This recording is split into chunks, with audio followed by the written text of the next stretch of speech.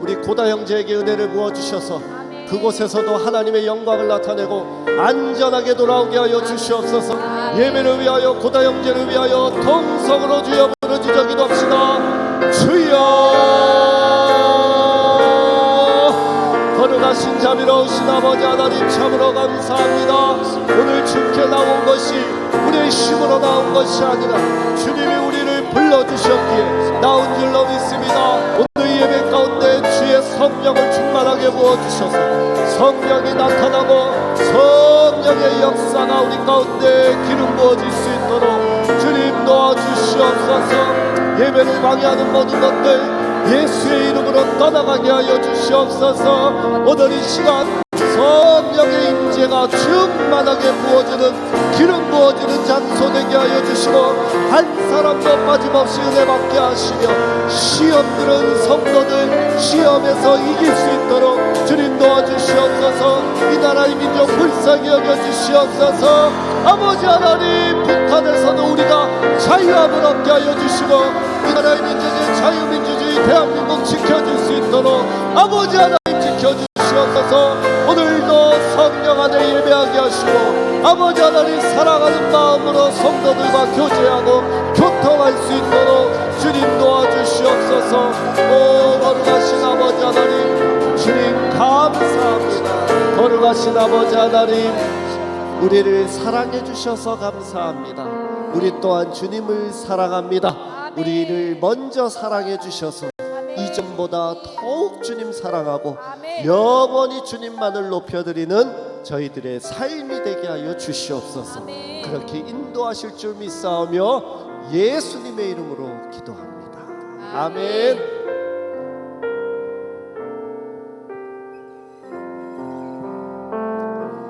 내 주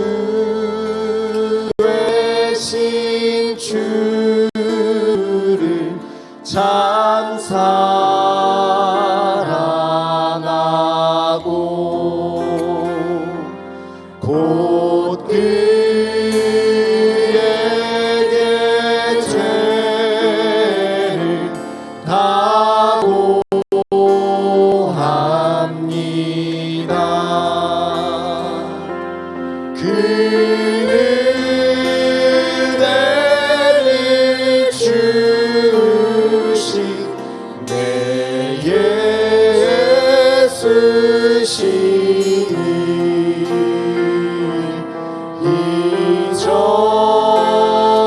이전보다 더욱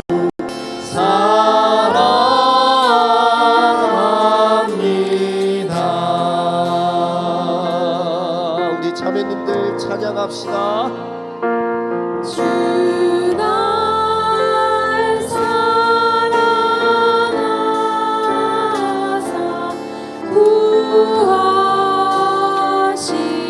구하시려고 저 십자가 고난 당하셨도다.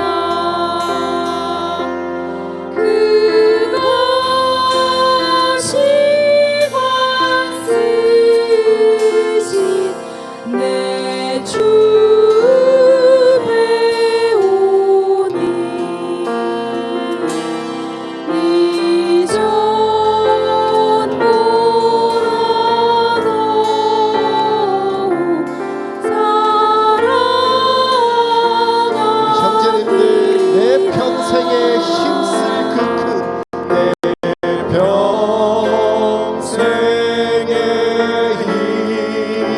힘쓸 그 큰 의무는 주 예수의 덕을 늘 기림이라. 숨질 때에까지 내 할 말씀을 이전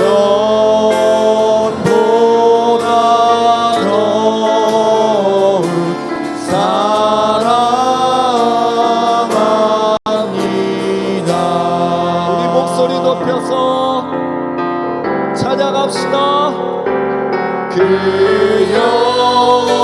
영광의 나라 나 들어가서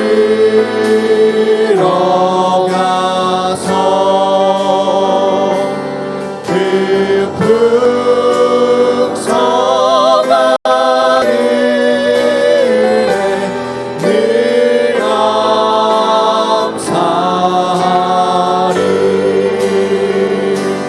금년 유관 쓰고 나 찬송할 말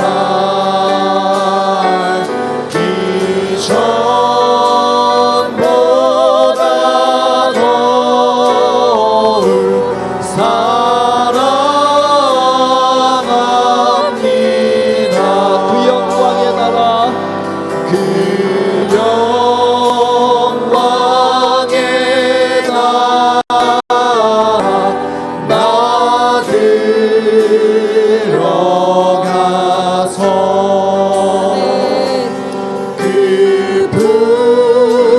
풍성한 은혜 늘 감사하리. 금년 유관 쓰고 나 찬송할 말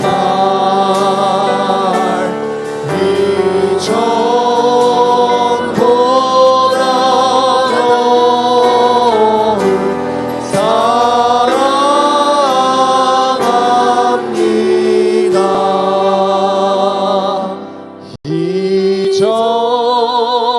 이전보다 더욱 사랑합니다.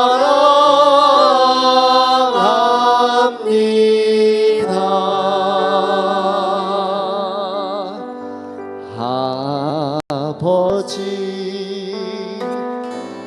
내 삶의 모든 것 되신 주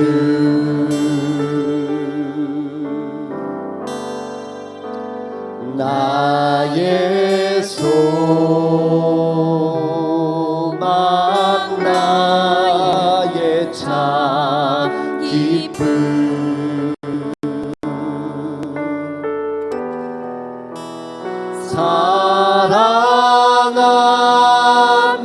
사랑합니다.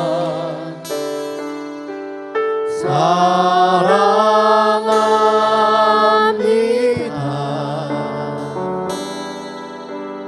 내 기쁨 되신 나의 주 예수님 내 삶의 가장 예수님 내 삶의 가장 귀한 분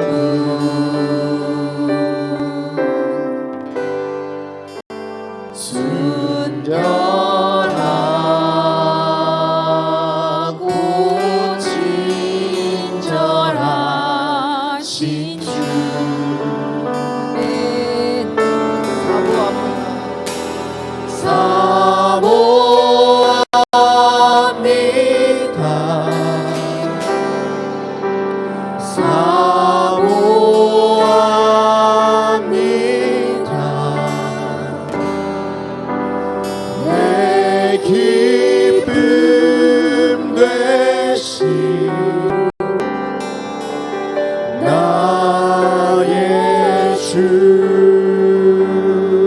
우리 한 번 더 예수님 내 삶의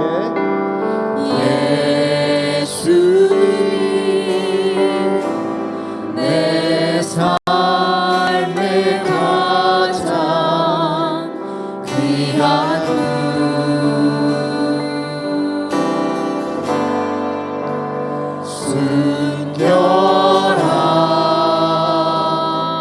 순결하고 친절하신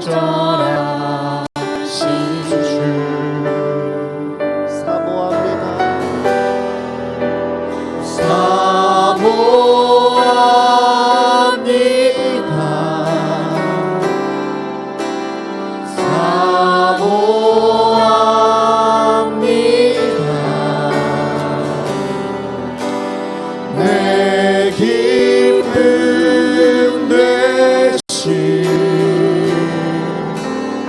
나의 주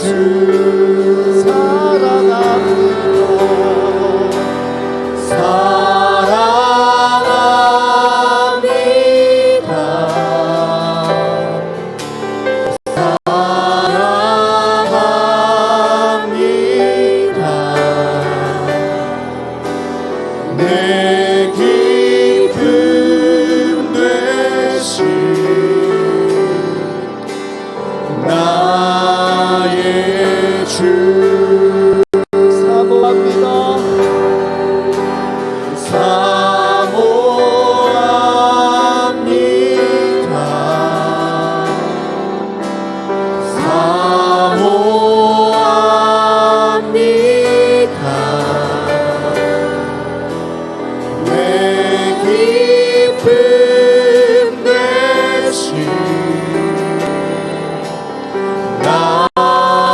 나의 주 사모합니다.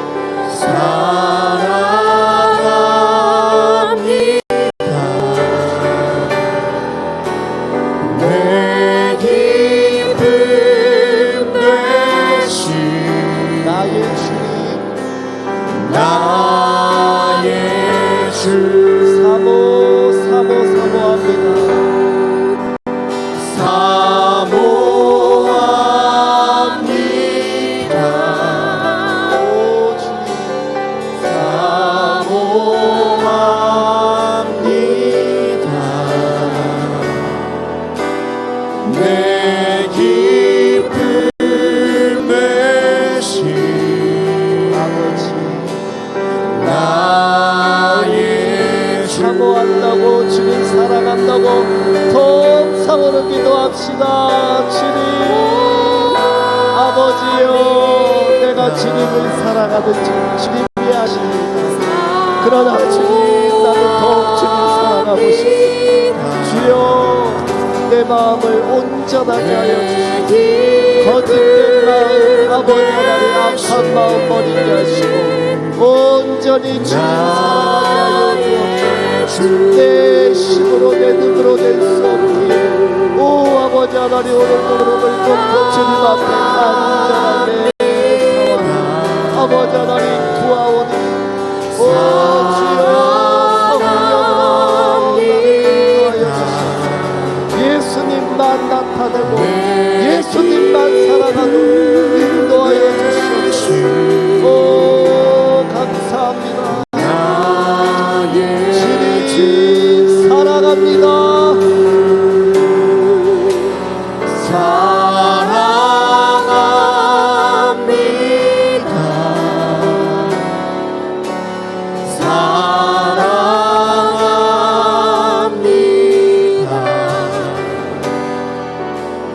내 기쁨 되신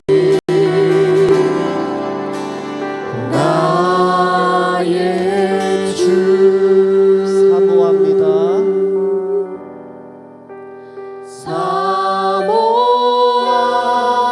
사모합니다.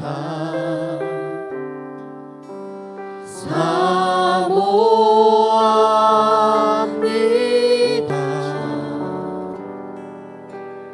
내 기쁨 되신 나의 주 아멘. 할렐루야. 우리 주님 사랑하시는 분들은 우리 찬양하도록 하겠습니다. 주의 친절한 팔의 기세 찬양합시다.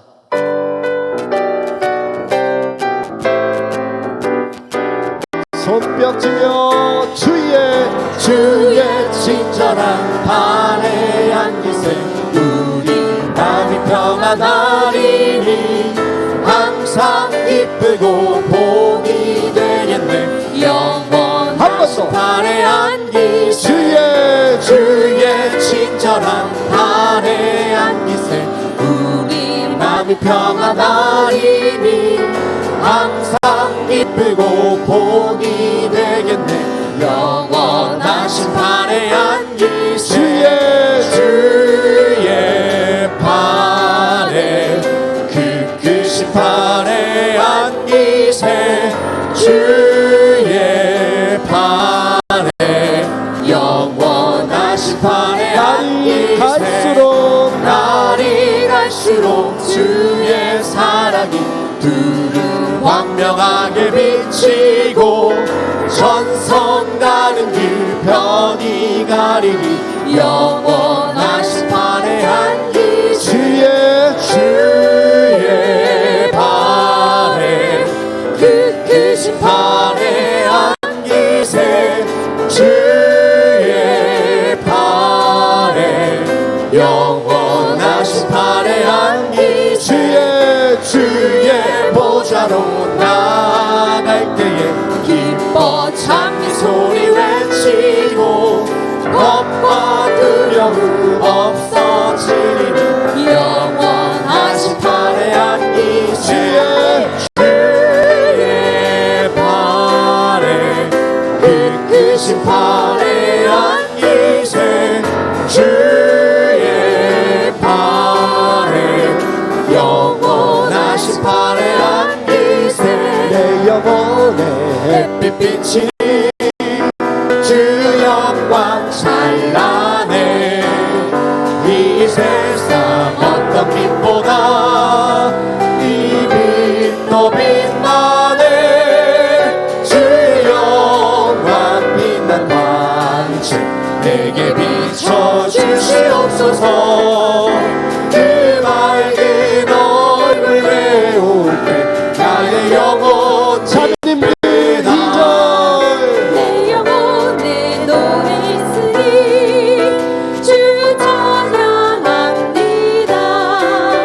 주 귀를 기울이시사 다 듣고 계시니 주의 영광 빛난 광채 내게 비춰주시옵소서 그 맑은 얼굴 배울 때 나의 영혼 형제님들 내 영혼에 봄날 되어서 주 함께 하실 때 그 평화 내게 깃들고 조은의 꽃피네 주의 영광 빛난 방치 내게 비춰주시옵소서 그 맑은 얼굴 배울 때 나의 영혼 다 같이 내 영혼에 희락이 있고 그 소망 넘치네 아멘. 주 예수 복을 주시고 또 내려주시네 주의 영광 빛난 방채 내게 비춰주시옵소서 그 맑은 얼굴 배울 때 나의 영혼 기쁜 주의 영광 빛난 방채 내게 비춰주시옵소서 그 맑은 얼굴 배울 때 나의 영혼 기쁜 주의 영광 빛난 광채 내게 비춰주시옵소서 그 맑은 얼굴 배울 때 나의 영혼 기쁘다 여기에 모인 우리 주의 은총 받은 자여라 주께서 이 자리에 함께 계심을 나노라 언제나 주님만을 찬양하며 따라가리니 시험을 당할 때도 함께 계심을 믿노라. 이 믿음 더욱 굳세라. 주가 지켜주신다. 어두운 밤에도 주의 밝은 빛 인도하여 주님이 주님이 뜻하시니 헤아리기 어렵더라도 헤아리기 어렵더라도 언제나 주 뜻 안에 언제나 주 뜻 안에 내가 있음을 아노라. 내가 있음을 아노라.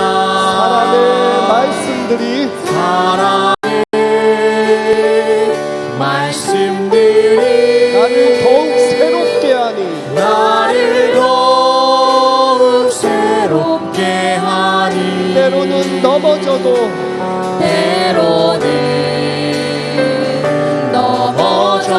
최우승 일을 믿노라. 다 같이 일어나서 찬양합시다. 이 믿음 더욱 굳세라. 주가 지켜주신다. 어두운 밤에도 주의 밝은 빛 인도하여 주신다. 아멘. 우리 마지막으로 찬양할 때에 올 한 해도 우리 주님께서 완벽하게 지켜주실 것을 아멘. 믿으시는 분들은 두 손을 높이 들고 찬양할 때에 이 믿음 더욱 굳세라. 아멘. 찬양합시다. 이 믿음 더욱 굳세라. 주가 지켜주신다. 어두운 밤에도 주의 밝은 빛 인도하여 이 예배를 위하여 동성으로 기도합시다. 주여 거룩하신 자비로우신 아버지 하나님, 우리를 붙잡아 주시고 올 한해도 힘있게 우리를 붙잡아 주실 것을 믿습니다. 시험이 당해도 온전하게 여기고 이겨나갈 수 있도록 주님 도와주시옵소서. 마음의 불편함이 떠나가게 하시고 오늘 하나님의 말씀 듣게 하셔서 나의 마음은 밭을 고르게 하여 주시고 사람을 미워하는 마음이 변하게 하시고 시기와 질투가 떠나가고 온전한 주의 사랑을 우리가 경험하고 체험할 수 있도록 주님 도와주시옵소서. 올 한해도 우리 가정을 붙잡아 주시옵소서. 올 한해도 가정 가운데 건강과 재정과 모든 부분에 역사하신 하나님을 찬양합니다. 오늘도 귀하신 말씀 예비되었사오니 말씀 가운데 은혜를 있게 하여 주시고 하나님의 영역으로 능력으로 귀하게 예배드릴 수 있도록 주님 도와주시옵소서. 아버지여 감사합니다. 2023년 하나님께 귀하게 올려드리는 한 해 될 수 있도록 주님 도와주시옵소서. 우리는 부족하오나 우리를 붙잡아 주시고 하나님의 힘으로 우리가 승리할 줄로 믿습니다. 주여 도와주시옵소서.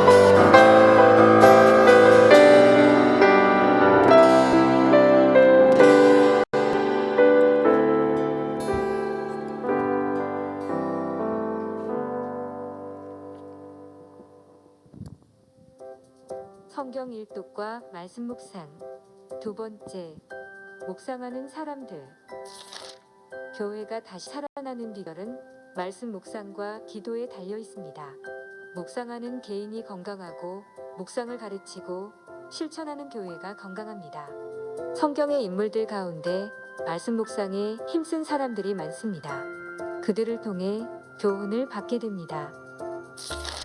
첫 번째, 이삭. 일부 다처제 문화에서 이삭은 리브가 한 사람만을 사랑했습니다. 두 사람이 오랫동안 기다려도 아이가 없자 이삭은 아내의 임신을 위해 기도했고 하나님은 그에게 쌍둥이를 허락해 주셨습니다. 이삭은 기도와 묵상의 사람입니다.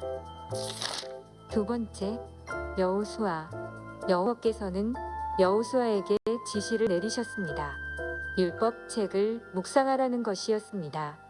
여호수아는 이 명령을 따라 아침에 일찍 일어나 묵상의 시간을 가졌습니다.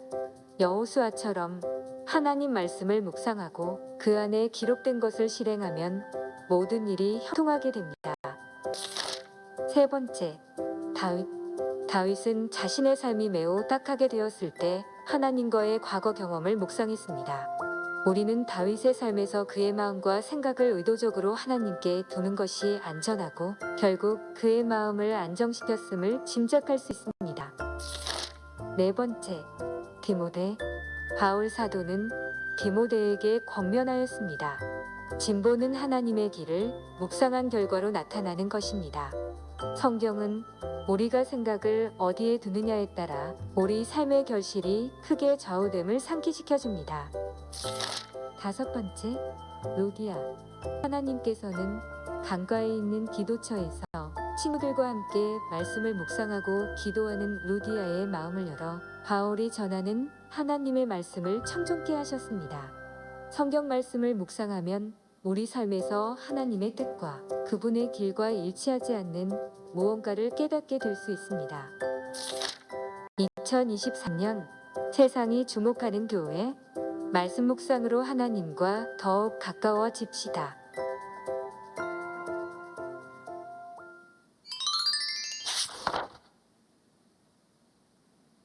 Have you heard of the one called Savior? Have you heard of his perfect love? Have you heard of the one in heaven?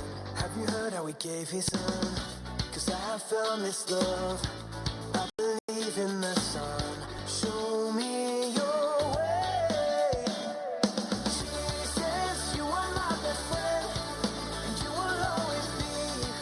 And nothing will ever change that. Jesus, you are my best friend, and you will always be. And nothing will ever change that.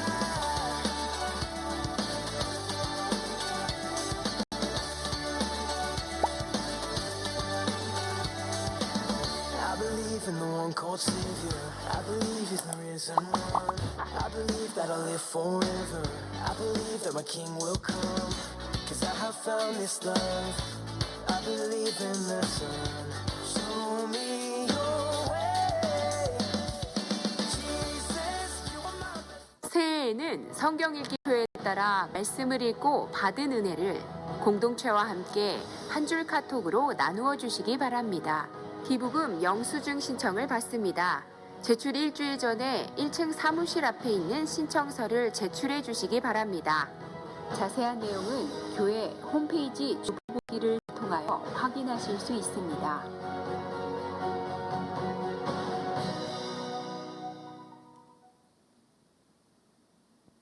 네, 오늘 말씀 보겠습니다. 오늘 말씀은 고린도전서 1장 4절에서 9절까지입니다. 고린도전서 1장 4절에서 9절까지입니다.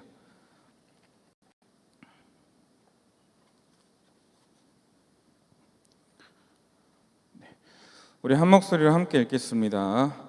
그리스도 예수 안에서 너희에게 주신 하나님의 은혜로 말미암아 내가 너희를 위하여 항상 하나님께 감사하노니 이는 너희가 그 안에서 모든 일 곧 모든 언변과 모든 지식의 풍족함으로 그리스도의 증거가 너희 중에 견고하게 되어 모든 은사에 부족함이 없이 우리 주 예수 그리스도의 나타나심을 기다림이라.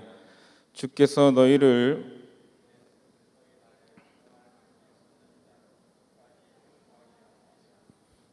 불러 그의 아들 예수 그리스도 우리 주와 더불어 교제하게 하시는 하나님은 미쁘시도다. 우리 앞뒤 좌우 옆으로 인사 한번 하겠습니다. 반갑습니다. 이렇게 합니다. 네, 우리 한 공간에서 예배를 드려도 누가 왔다 갔는지 알기 어려울 때가 많은데요. 네. 오늘 말씀은 사도 바울 선생님의 감사로 시작합니다. 네. 4절에 보면 이렇게 말씀하죠. 그리스도 예수 안에서 너희에게 주신 하나님의 은혜로 말미암아 내가 너희를 위하여 항상 하나님께 감사한다. 이렇게 말씀합니다. 이 바린도가 아니죠. 사도 바울 선생님은 고린도의 성도들이 구원받았다는 사실에 대해서 진실로 기뻐하며 항상 감사했습니다. 이게 뭐 특별한 일인가? 바울이 교회를 개척했고 그들에게 복음을 전했고 그렇기 때문에 당연한 것이라고 생각할 수 있습니다. 그러나 지금 이 고린도전서 그리고 나중에 고린도후서 사도 바울께서 이 고린도 교회에게 편지를 쓰는 상황은 이 상황에서 바울과 고린도 성도들의 관계는 그렇게 좋지 않았습니다.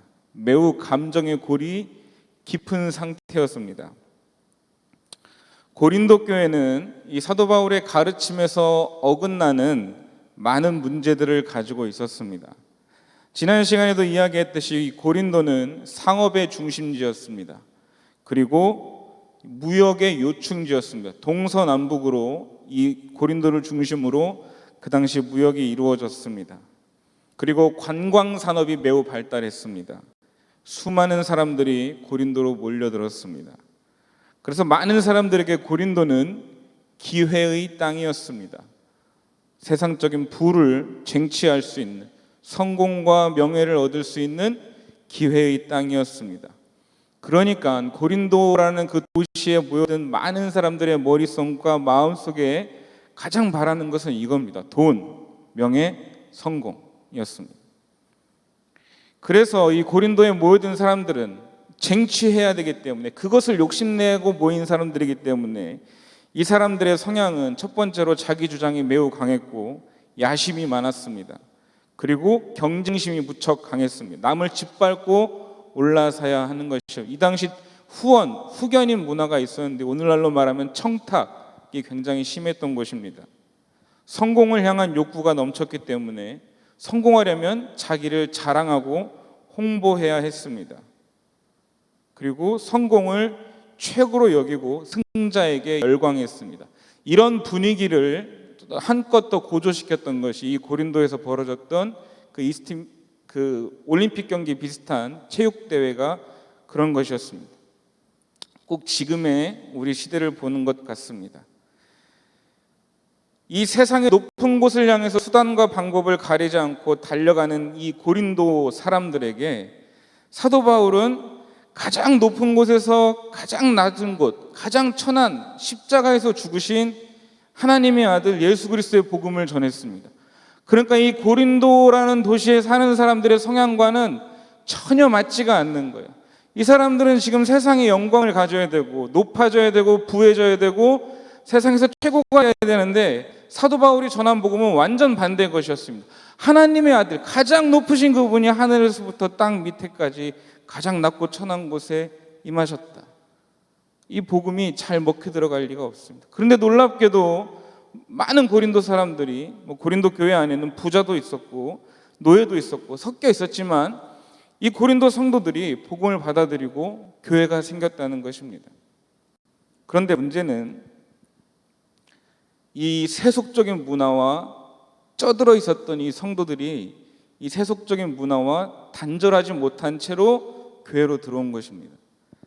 그래서 이 성도들은 자기들이 교회 안에 들어와서 예수 그리스도의 복음으로 이 세속적인 문화를 끊어내야 되는데 끊어내는 것이 아니라 교회 공동체 안에도 이 세속적인 문화로 물들이기 시작했습니다. 우리가 잘 아는 이야기 있죠. 나는 바울파다, 나는 베드로파다, 나는 또 누구죠? 야고보파다. 다 필요 없다. 나는 예수님파다. 이렇게 파를 나누었던 성도들이 고린도 교회인 것입니다. 왜 파를 나눴겠습니까? 그 당시 바울, 베드로, 야고보, 예수님 교회 안에서 정말 이름 있는 지도자의 이름을 빌어서 이 세력을 만들고 누가 더 높은 사람들인지 교회 안에서조차 경쟁하고 있었던 것입니다. 신자들은 이기적이었고 우리 뒤에서 살펴보겠지만 부도덕했고 이교적인 생활을 끊어내지 못했고 역시 음란한 삶을 계속했습니다. 고린도전서 5장 9절에 보면 이런 말씀이 있습니다. 내가 너희에게 쓴 편지에 음행하는 자들을 사귀지 말라 하였거니와. 이 구절을 근거로 많은 학자들은 고린도전서 앞에 고린도 교회에 보냈던 또 다른 편지가 있었을 것이라고 추측합니다. 그러니까 사도 바울은 이미 고린도 교회의 성도들의 문제를 알고 편지를 한 번 보낸 적이 있는데 문제가 해결되지 않는 것이죠. 이 사람들이 사도의 편지를 받았는데 반성하지 않고 돌이키지 않습니다. 그래서 나중에 들려온 소식은 여전히 성도들이 죄를 짓고 있다는 이야기였습니다. 그래서 바울이 다시 고린도전서를 써야 했던 것이죠. 그 앞에 편지는 지금 남아있지 않습니다. 문제는 그것뿐만이 아니었습니다. 나중에 고린도 후서에 가서 나오는데 고린도 교회 안에는 거짓 교사들이 있었고 이 사람들의 선동에 넘어가는 사람들이 사도 바울의 사도성을 부인했습니다. 우리 목사님이 아니야 이렇게 말하는 성도들이 생겼다는 것이죠. 사도 바울이 복음을 전해서 개척했는데 성도들 중에 사도 바울이 혹시 사기꾼이 아니야? 이런 말을 하는 사람들이 생겨난 것입니다. 사도 바울이 교회로 간다고 그랬는데 그 당시는 오늘날과 다르잖아요. 오늘처럼 제가 언제 드릴게요 그러면 쉽게 갈 수 있는 시대가 아니잖아요. 수백 킬로미터를 막 걸어서 여행을 해야 되니까. 사도 바울이 몇 번 교회 간다고 했는데 여러 가지 사정들 때문에 선교 여행을 하다 보면 이 예기치 못했던 일들이 얼마나 많겠어요. 못 가는 경우가 발생하니까 봐라 바울은 거짓말쟁이다. 너희들이 속은가? 이렇게 말하는 사람들의 선동에 넘어가서 사도 바울과 그 동료들의 사도성마저 의심하는 상황이 벌어졌습니다. 이렇듯이 바울과 당시 고린도 성도들 사이에는 별로 좋을 게 없었습니다. 바울의 마음은 바울도 사람이었는데 여러 가지 감정과 생각으로 복잡했을 것이 틀림없습니다. 사도이자 교회의 개척자로서 권위를 가지고 이 성도들에게 불과 같이 화를 내고 싶은 마음도 있었을 겁니다.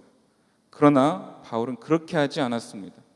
오늘 말씀에 보니까 편지의 첫 부분에 물론 그 당시 편지의 이 첫 부분에 감사를 이렇게 쓰는 것이 매우 어떤 상투적인 표현이긴 하지만 그러나 이 사도 바울은 성도들에게 먼저 감사합니다. 편지를 시작하면서 고린도의 성도들로 인해 감사를 전합니다. 그런데 그 감사의 이유가 무엇이냐? 너희들이 나에게 헌금을 주어서 그런 거 아닙니다. 하나님께서 그들을 구원하시고 성도가 되게 하셨고 교회의 구성원이 되게 하심에 대해서 사도 바울이 진심으로 감사하고 있습니다.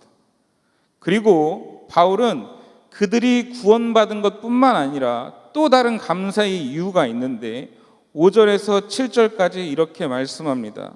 이는 너희가 그 안에서 모든 일 곧 모든 언변과 모든 지식의 풍족함으로 이 고린도라는 그 도시에는 수사학이 굉장히 발달했기 때문에 고린도 사람들은 이 수사학 때문에 말을 잘하는 사람들. 그러니까 이 고린도 성도들이 복음을 지식적으로 받아들이고 그 교리적인 지식을 갖는 데서 매우 탁월했다는 이야기를 하고 있는 거예요. 실제로 그랬습니다. 그리고 그 뒤에 보면 뭐라고 말하느냐. 그것이 고린도 교회 성도들의 은사 중에 하나였겠죠. 그리스도의 증거가 너희 중에 견고하게 되어 7절에 너희가 모든 은사에 부족함이 없이 우리 주 예수 그리스도의 나타나심을 기다림이라. 그러니까 사도 바울은 고린도 교회 안에 은사가 풍성하다는 것. 나중에 이제 이 은사에 대해서 또 다루죠. 방언, 예언, 병고침, 가르치고 기타 등 여러 가지 은사가 나오잖아요. 이 은사가 풍성한 것 때문에 하나님께 감사한다. 이렇게 말씀합니다. 그런데 문제는 뭐냐? 고린도 교회 안에 가장 큰 문제를 일으켰던 원인이 뭐냐면 바로 이 은사의 문제였습니다. 은사, 하나님께서 성령께서 교회를 한 몸 되게 든든히 세우라고 어떤 사람에게는 병 고치는 은사 주고 어떤 사람에게는 방언, 어떤 사람에게는 통역하고 어떤 사람은 섬기고 어떤 사람은 뭐 여러 가지 은사를 주셨는데 성도들이 이것을 가지고 그룹을, 이 등급을 나누기 시작한 것입니다. 우리도 그런 거 있잖아요. 뭐 교회 안에서 누가 뭐 기도했는데 그냥 예를 드는 겁니다. 이제 오해하지 마세요. 절대 오해하지 마세요. 막 어떤 환자분이 계셔서 담임 목사님 가셔가지고 기도했는데 그날은 안 나왔어요. 그런데 제가 가서 저도 고칠 줄 몰랐는데 가서 기도했는데 그분이 나왔어요. 그때부터 성도들이 급을 나누기 시작하는 것이죠. 막 이런 일 실제로 벌어지잖아요. 교회 안에서. 야, 저 부목사가 담임 목사님보다 낫다. 뭐 이런 말들을 막 생기는 거잖아요. 고린도 교회 안에 이런 일들이 벌어졌다는 겁니다. 은사를 등급을 나누라고 주신 것이 아닌데 누가 병 고치는 은사를 받으니까 사람들이 그 사람을 우러러보기 시작, 자기 자신도 마치 자기가 대단한 사람이 된 것인 양 행동하기 시작했던 것입니다. 그런데 바울은 이 은사마저도 감사한다고 성도들에게 이야기하고 있습니다. 바울이 이렇게 불편한 관계와 무질서한 은사의 문제로 골치를 썩으면서도 무엇보다 먼저 감사한 이유가 무엇일까요? 오늘날 많은 한국의 교회들도 어쩌면 우리 교회도 이런 문제들에 이게 성도들 간에 하나 되지 못하고 막 여러 가지 분란에 또 뭐 여러 가지 이런 약해지는 모습들이 있잖아요.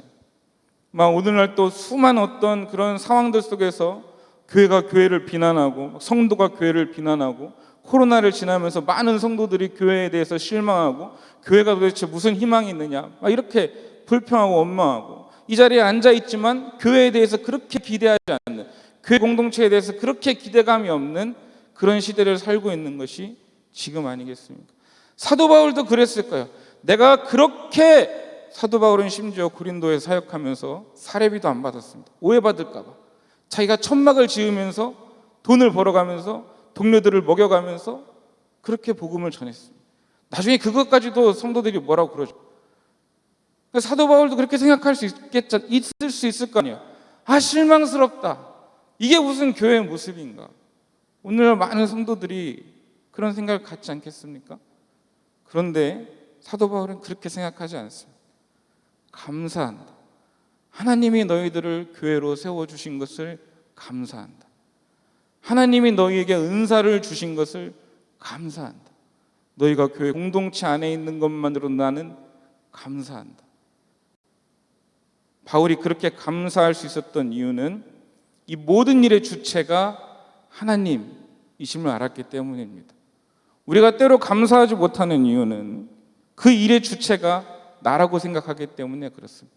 내가 이렇게 했는데 어떻게 이럴 수가 있어? 이렇게 하니까 감사를 못하게 되는 것이죠. 근데 바울은 그렇게 생각하지 않습니다. 4절에 보니까 아까 본 말씀인데 그리스도 예수 안에서 너희에게 주신 하나님의 은혜다. 감사의 이유가 그리스도 예수 안에서 너희에게 주신 하나님의 은혜 때문에 너희가 구원을 받았다. 그래서 내가 감사한다. 내가 열심히 복음을 전하고 내가 너희를 열심히 섬기고 내가 잘 가르치고 내가 설교를 기막히게 해서 너희가 구원받은 게 아니라 그리스도 예수 안에 있는 하나님의 은혜 때문에 너희가 구원을 받았다. 여러분이 이 자리에 있는 것도 마찬가지 아닙니까? 다 그리스도 예수 안에 있는 하나님의 은혜 때문에 구원을 받은 것입니다. 그래서 바울이 감사하는 것입니다. 하나님께서 이 큰 구원의 은혜를 우리에게 베풀어 주셨구나. 바울은 구원이 오직 하나님의 은혜로 주어지는 선물이라는 사실을 누구보다 잘 아는 사람이었습니다. 왜냐하면 그 자신부터가 처음에는 교회와 성도들을 핍박했던 사람입니다. 단순히 핍박하는 게 아니라 사도 바울은 처음에 인생의 목적을 이 땅에 있는 교회를 없애는 데 두는 사람이었습니다. 다메섹으로 가다가 부활하신 예수님을 만나서 고꾸라졌습니다. 그런 자기를 부르시고 구원의 은혜를 주셨는데 똑같이 내가 받은 은혜가 고린도 교회 성도들이 받은 은혜라고 감사하고 있는 것이죠. 그들은 하나님께서 바울에게 주신 형제요 자매입니다. 그런데 바울이 어떻게 그들을 함부로 비난하고 부정적인 감정을 품을 수가 있겠습니까? 그럴 수가 없는 것이죠. 하나님이 구원하셨는데. 우리 때로 그런 거 있잖아요. 이런 표현 죄송합니다. 한 번만 쓸게요. 저 인간은 교회 안 나왔으면 좋겠다. 그 인간이 어떤 인간이에요? 하나님이 구원하신 사람이에요. 그렇게 말하면 안 돼요. 그렇죠. 오늘날 교회를 약하게 만드는 가장 병적인 현상이 바로 이것입니다. 서로를 향해서 이런 감사가 없는 거죠. 은연중에 무시합니다. 뒤에서 험담을 일삼고 교회 안에서도 자기 성질대로만 해야 직성이 풀리는 사람들이 있습니다. 탁월한 은사를 가진 우리 교회뿐만 아니라 제가 지나온 교회들도 보면서 탁월한 은사를 가진 성도들에게서 발견하는 정말 안타까운 모습이 하나 있는데, 그게 뭐냐? 은연중에 자기를 은사가 탁월하다 보니까 은연중에 자기를 신앙 엘리트라고 생각을 하는 거예요. 그러면서 연약한 성도, 잘 못하는 성도, 자기와 불편한 성도와 함께 어울리거나 함께 일하는 법을 모릅니다, 이분들이.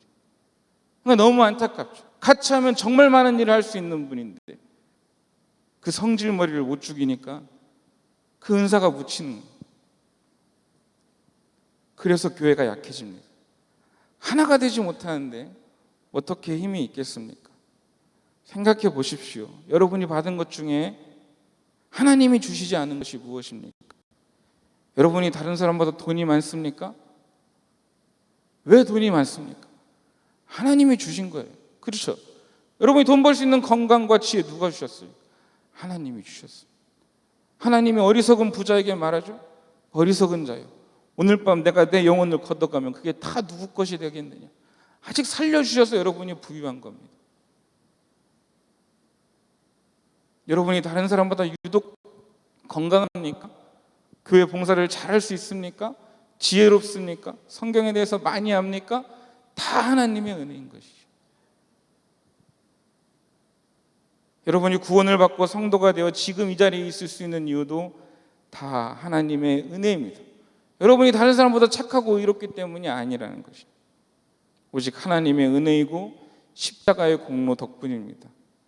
저와 여러분이 가진 것 중에서 하나님이 주시지 않은 것이 아무것도 없습니다. 늘 입술로 말하잖아요. 모든 것이 은혜, 모든 것이 은혜. 그런데 행동할 때는 모든 것이 내 의, 이렇게 되는 것이 우리들의 모습입니다. 우리가 받은 모든 것이 하나님께서 주신 것이라는 사실을 안다면 겸손한 마음으로 내 옆에 다른 성도가 있다는 것만으로도 감사하십시오. 나와 성향이 맞지 않는다고요? 하나님도 여러분과 성향이 맞지 않습니다. 하는 행동이 왜 저리 답답한지 모르겠다고요? 하나님은 우리를 얼마나 답답하게 보시겠습니까? 도대체 왜 저러는지 모르겠다고요? 하나님도 우리가 왜 그런지 모릅니다. 그래서 그 사람이 그 일을 하면 나는 그 일을 하지 않겠다고요? 그런 사람은 아직도 하나님의 은혜가 무엇인지 제대로 모르는 사람입니다. 장난감을 내가 먼저 가지고 놀겠다고 싸우는 어린아이 같은 사람인 것이죠. 저희 집에 아이가 둘이 있는데 어떤 때 보면 참 재밌습니다. 한참 그 자기네 놀이방에서 재밌게 놉니다. 깔깔거리고 놉니다. 한참 웃다 갑자기 둘째가 소리를 지릅니다. 하지마! 왜 그런가 봤더니 장난감을 이제 하나 가지고 노는데 서로 가지고 놀겠다는 것이죠. 근데 이제 오빠가, 큰아이가 남자인데다가 2살 많으니까 아무래도 힘으로 당할 수가 없죠, 동생이. 둘이 싸웁니다. 그래서 제가 얘기합니다. 얘들아, 서로 양보하면서 놀아. 서로 양보하면서 놀아? 그러면 큰애가 대뜸 저에게 이렇게 말합니다. 뭐라고 말할까요? 내 거야! 어이가 없습니다. 누가 사줬죠? 제가 사줬습니다. 제 거예요. 제 거. 지는 자기 건 줄 알지만 다 제 거예요. 우리 집에 있는 건. 집은 제 거 아니에요. 네. 오해하지 마세요. 그 장난감을 사준 주인이 서로 양보하라고 하는데 자기 거라고 못 주겠답니다. 하나님의 은혜를 모르는 사람이 꼭 이와 같습니다. 기억하십시오. 바울은 그를 향해서 당신 혹시 목사 아니고 사기꾼 아니야? 이렇게 말하는 고린도 성도들을 향해서 먼저 감사했습니다. 교회 안에 그래요. 교회 안에 고치고 새롭게 하고 변화시켜야 할 일들이 분명히 존재합니다. 사람이 모여 있는데, 그러나 그것 가지고 싸우면 교회 망합니다. 무엇보다 서로를 향한 감사가 먼저입니다. 구원의 감격과 서로를 향한 감사를 잃어버리는 순간 교회는 아무것도 해보지 못하고 사분오열돼서 내리막길을 걷게 될 것입니다. 옆에 분에게 한번 인사하십시오. 옆에 있어서 감사합니다. 바울이 고린도 성도들에 대해 하나님께 감사할 수 있었던 또 다른 이유가 있습니다. 그것은 하나님께 대한 믿음입니다. 8절에 보니까 이렇게 말씀합니다. 주께서 너희를 우리 주 예수 그리스도의 날에 책망할 것이 없는 자로 끝까지 견고하게 하시리라. 교리 중에 견인의 교리 이런 것들이 있습니다. 하나님 우리의 믿음을 천국 갈 때까지 이끌어 주신다. 그런 말씀의 근거가 되는 말씀이죠. 이 8절에서 중요한 단어는 주께서라는 단어입니다. 바울은 성도들이 마지막 날에 예수님 앞에서 섰을 때 책망할 것이 없는 흠이 없는 사람들로 나타나기를 바라고 원하고 있습니다. 그런데 바울이 잘 가르쳐서 그렇게 되는 것이 아니라 하나님께서 이끌어 주셔서 그렇게 될 것이라고 바울이 믿고 있습니다. 바울은 고린도의 성도들을 새롭게 하시고 거룩하게 할 수 있는 주체는 자기가 아니라 하나님이심을 천명하고 있는 것입니다. 9절에 보니까 또 너희를 불러 그의 아들 예수 그리스도 우리 주와 더불어 교제하게 하시는 하나님은 미쁘시도다, 이렇게 말씀합니다. 이 교제를 여러 가지로 해석할 수 있지만 가장 근본적인 것은 예수 그리스도 안에서 영원한 생명을 누리는 그 하나님과의 관계를 뜻하는 것입니다. 바울은 이번에도 고린도의 성도들을 불러서 이 영원한 생명의 교제에 들어가게 한 것은 자기가 복음을 전했기 때문이 아니라 미쁘신 하나님이시라고 말씀하고 있습니다. 하나님이 고린도 교회를 새롭게 하실 것이다. 바울에게는 이 소망, 확실한 소망이 있었습니다. 바울은 처음에 고린도 교회의 부정적인 소식을 듣고 많이 실망했을지도 모릅니다. 하지만 그는 여전히 고린도 교회를 향해 소망의 확신을 가질 수 있었습니다. 그가 믿고 의지하는 하나님이 계셨기 때문입니다. 자기가 가서 복음을 전하고 개척했지만, 물을 주었지만, 씨를 뿌렸지만 자라게 하신 이는 하나님이신 것을 바울이 믿었기 때문입니다. 자기가 할 수 없어도 하나님이 하실 수 있다는 것을 바울이 확신했습니다. 바울이 그렇게 확신할 수 있는 이유는 자기 자신도 그렇기 때문입니다. 자신도 성도들을 핍박하고 교회를 핍박했던 사람입니다. 질로 따지면 고린도 교회 성도들보다 자기가 더 나쁜 사람이었습니다. 그런데 하나님이 그를 부르시고 구원하시고 용서하시고 바꾸셔서 그리스도를 위해서 목숨을 바치는 사도로 바꾸셨습니다. 나를 그렇게 하셨는데 이 고린도 교회라고 하나님이 그렇게 바꾸지 못하시겠는가? 이 확신이 바울에게 있었던 것입니다. 자기 같은 사람도 하나님 바꾸셨는데 고린도의 성도들을 바꾸지 못할 이유가 없었습니다. 그래서 바울은 하나님은 하실 수 있다 는 확실한 믿음이 있었습니다. 오늘날 우리 성도들에게 필요한 믿음이 바로 이것입니다. 하나님은 하실 수 있다. 하나님은 우리 교회를 부흥케 하실 수 있다. 하나님은 우리 남편을 구원하실 수 있다. 하나님은 우리 자녀를 회복시키고 구원하실 수 있다. 이 믿음이 있어야 되는 것입니다. 이 믿음이 없으니까 기도하지 않는 것입니다. 그렇죠. 하나님은 하실 수 있다. 이 믿음이 없으니까 성도들이 기도하지 않습니다. 제가 지난 연말을 이렇게 지나면서 보니까 금요기도회도 그렇고 물론 그 뒤에 송구영신 예배도 있고 그랬지만 또 연초에 또 이렇게 우리 성도님들 기도의 자리에 어디가 계십니까? 제가 어머니 기도회를 하면서 생각해 보세요. 눈물이 없다, 기도하지 않는다. 왜 그럴까? 오늘 왜 눈물이 없고 기도하지 않고 간절한 기도가 없어요? 답은 뻔한 하나님을 기대하지 않는 것입니다. 하나님은 하실 수 있다. 이걸 기대하지 않는 거예요. 그렇죠. 그거 안 믿으니까 기도를 안 하는 거예요. 간절해지지 않는 거죠. 뭐 저러다 죽겠지. 그러다 하나님이 구원해 주시면 감사하고 안 되면 어쩔 수 없지. 뭐 저러다 죽겠지. 그건 성도의 믿음이 아니죠. 그렇죠? 하나님은 하실 수 있다. 이게 성도의 믿음인 것이죠. 이번 주 금요기도에 몇 명 오시는지 제가 보겠습니다. 우리도 교회와 공동체와 성도를 향해서 그런 믿음과 확신이 있어야 합니다. 이 악하고 음란한 세대 속에서 우리 평화교회가 하나님의 거룩한 공동체로 우뚝 서고 여기에서 예배하고 훈련받은 성도 한 사람 한 사람이 우리 청년들이, 학생들이, 우리 자녀들이, 다음 주에 있을 영업 캠프에 참석했던 아이들이 세상 곳곳에 나가서 하나님의 영광을 드러내는 사람들로 성장할 것을 기대하고 소망해야 합니다. 우리에게 능력이 없지만 하나님은 하실 수 있기 때문입니다. 지금 우리 영어 캠프가 저도 처음엔 잘 될까 생각했는데 장동준 선생님이 열심히 영업을 하셔가지고 제가 전화하는 거 들어보니까 차라리 정수기를 파셨으면 부자가 됐을 것 같은데 지금 50명 가까이 등록을 했습니다. 저희가 목표 인원이 100명인데요 100명 채울 줄로 믿습니다. 우리 교육부서를 위해서 많은 것들이 필요합니다. 후원도 필요하고요. 하여튼 이 다음 주 금요일과 토요일 주일까지 영어 캠프에 우리 전심 전력을 쏟을 수 있기를 바랍니다. 함께하지 못하는 성도들 혹시 필요한 게 무엇인지 관심 가지고 도와주시기를 바랍니다. 우리는 언제까지 이 일을 소망해야 됩니까? 8절에 보니까 주께서 너희를 주 예수 그리스도의 날에 책망할 것이 없는 자로 끝까지 견고하게 하시리라 이렇게 말씀합니다.